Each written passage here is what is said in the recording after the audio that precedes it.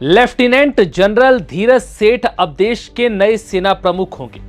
वो जनरल उपेंद्र द्विवेदी की जगह लेंगे और 30 जून से अपना नया कार्यभार ग्रहण करेंगे।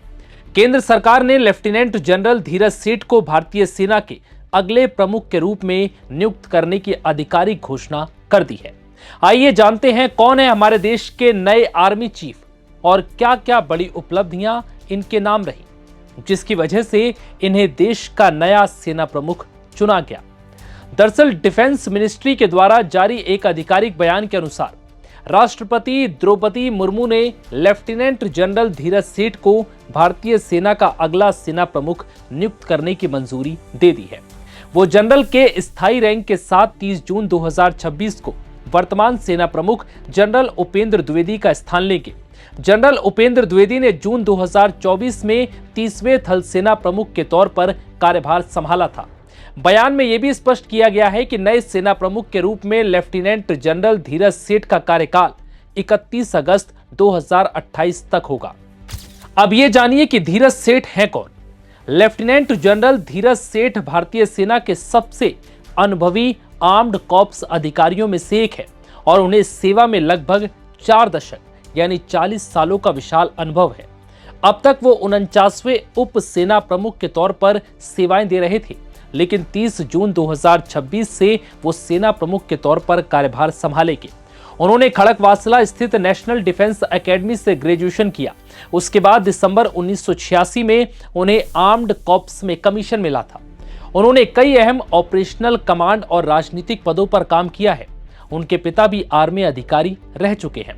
उनके पिता lieutenant general retired Krishna Mohan सेठ 1997 में सेना से एडजुटेंट जनरल पद से रिटायर हुए थे। अब ये भी जान लीजिए कि क्या क्या बड़ी जिम्मेदारियां और सम्मान मिला है। अपने शानदार करियर के दौरान लेफ्टिनेंट जनरल सेठ ने आर्म्ड रेजिमेंट और ब्रिगेड से लेकर जम्मू कश्मीर में आतंकवाद रोधी फोर्स तक कई यूनिट्स की कमान संभाली है।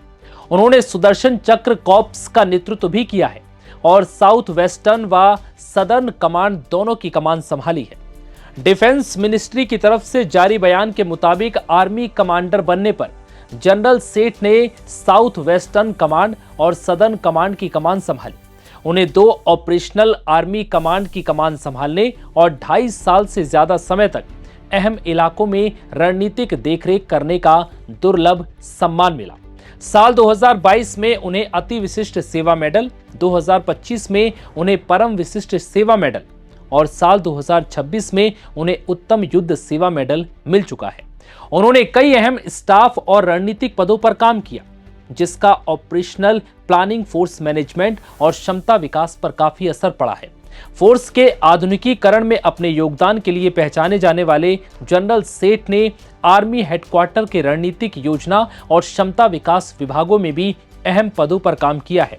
उन्होंने इसके आधुनिकीकरण की दिशा, क्षमता, रोड मैप और लंबे समय के लिए फोर्स की संरचना से जुड़ी पहलू को भी आकार दिया। ऑपरेशनल जरूरतों को नई तकनीकों और भविष्य के युद्ध क्षेत्र की जरूरतों के साथ जोड़ने में उनका बहुत बड़ा योगदान है। और अब धीरज सेठ देश के नए सेना प्रमुख बनने जा रहे हैं। फिलहाल इस वीडियो में इतना ही।